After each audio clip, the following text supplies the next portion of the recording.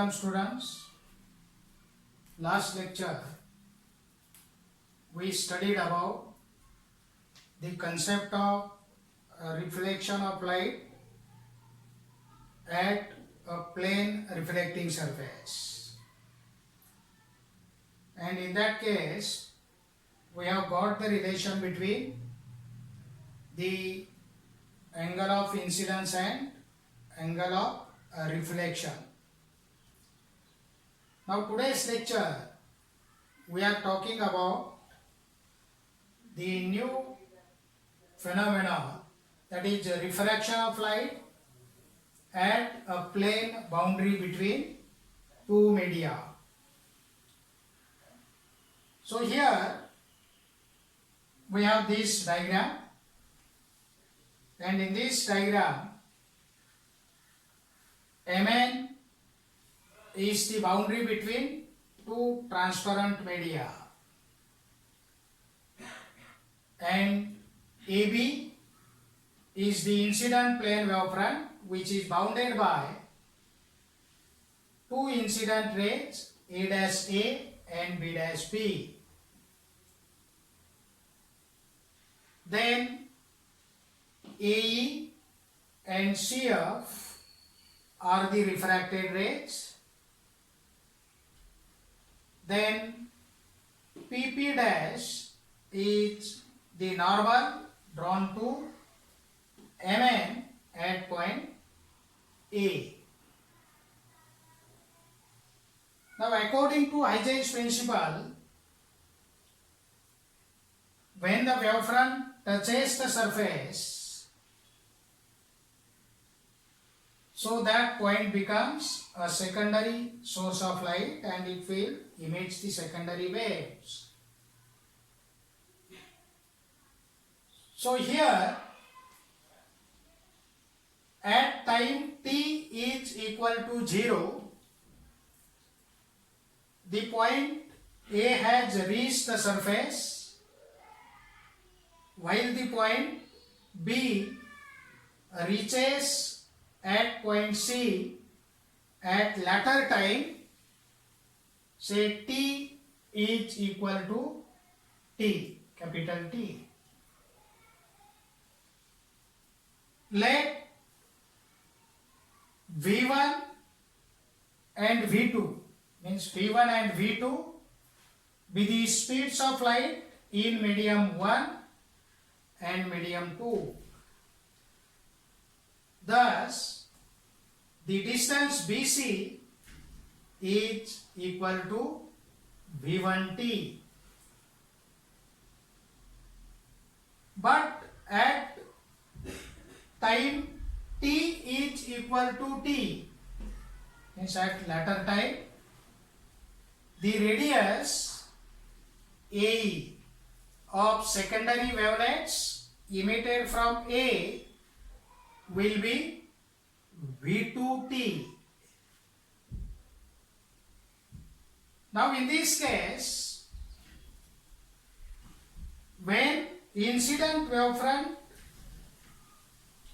moves from point B to point C in time t, during the same time t, the secondary wavelets coming from point A have reached up to the point E.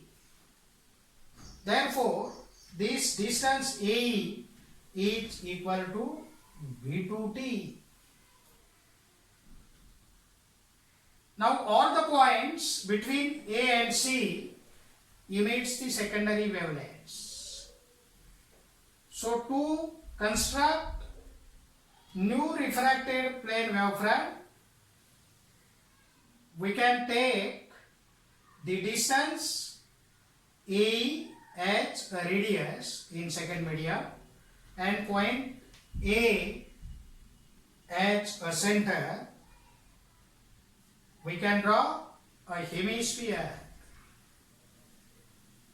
Similarly, we can draw number of hemispheres by taking the points between A and C as the centers and different radius we can draw number of hemispheres, and the refracted wavefront will be the envelope or tangent drawn to all the wavelets emitted by all the points between time t is equal to 0 and t is equal to t, capital T. In short, we can say the tangent CE is drawn to all the hemispheres between point A to C, and this refracted plane wavefront is bounded by the two refracted rays AE and CF. So we have a refracted wavefront CE, and AB is the incident wavefront. Then from the geometry of this figure, we have angle A dash AP is equal to angle BAC is equal to I. That is angle of incidence. And angle P dash AE is equal to angle ACE is equal to R, angle of refraction. And from triangle ABC, we have sin I is equal to BC upon AC, that is equal to V1T upon AC. We call this as equation 1. And from triangle AEC, sin R is equal to AE upon AC, that is equal to V2T upon AC. Say equation 2. From equation 1 and 2, or we can divide equation 1 by 2, we get sin I upon sin R is equal to V1T upon AC into AC upon V2T, that is equal to V1 upon V2, that is equal to C upon V2 upon C upon V1, that is equal to N2 upon N1, where N1 and N2 are the absolute refractive indices of medium 1 and medium 2. Therefore, we get this equation: N1 sin I is equal to N2 sin R. So this is the law of refraction, or it is Snell's law of refraction. Then we have second law of refraction, that is incident ray, refracted ray and normal lie in the same plane.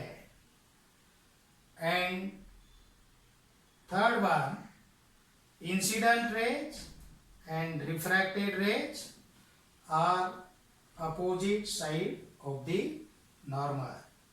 So these are the laws of refraction. Now here, if velocity V1 is greater than V2, means velocity of light in first medium is greater than the velocity of light in second medium, that is N1 is less than N2, means refractive index of first medium is smaller than the refractive index of second media, then I is greater than R. Angle of incidence is greater than the angle of refraction. Therefore, for oblique incidence, when light travels from medium 1 to medium 2, it changes its direction. Means the direction of refracted ray is changed and that refracted ray bends towards the normal. On the other hand, if the light travels from denser medium to rarer medium, then the refracted ray bends away from the normal. Now, for normal incidence, there is no change in the direction of ray. Light ray travels in a straight line. Now here, the refracted image is not inverted, except normal incidence,